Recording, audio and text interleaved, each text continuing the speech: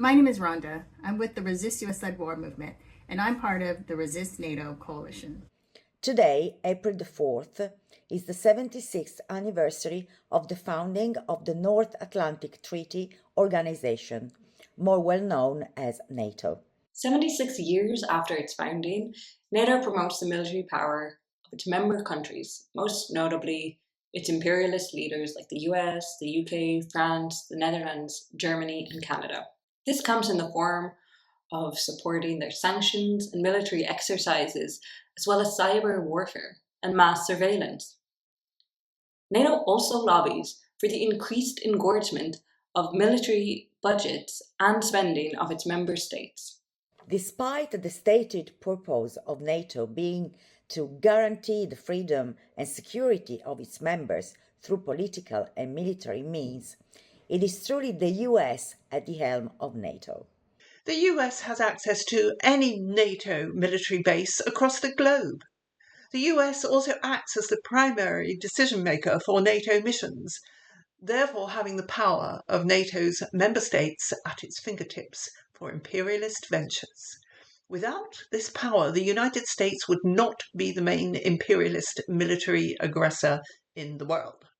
Shifting spending priorities in Europe are evident as military budgets rise, with the countries like UK, Poland, the Netherlands, Belgium, and Germany increasing defense spending with further plans to increase to 4 or 5% GDP in the coming years, respectively.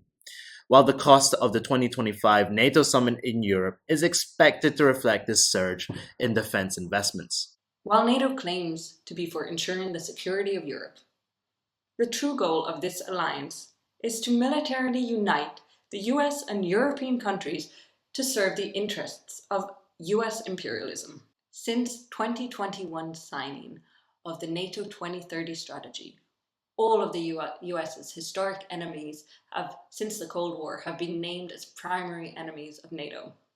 Russia, Iran, the People's Republic of China, and the Democratic People's Republic of Korea are all on the list. There was a special focus on China in line with the US Indo-Pacific strategy to contain and isolate China to preserve the US hold over their markets, trade routes, and investments in the region.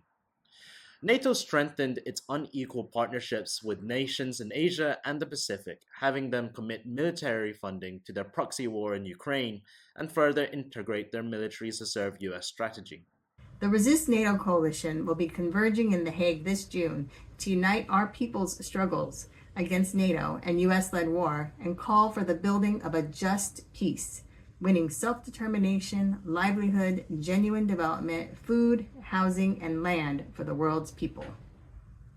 Our points of unity are: we oppose NATO as a US-led military alliance that is a prime actor in imperialist wars of aggression and military occupation, resulting in the deaths and displacement of millions of people. We oppose US-NATO strategy of expansionism and intensification of militarization across Africa, Asia, Latin America, and Eastern Europe at the service of US geopolitical and economic interests.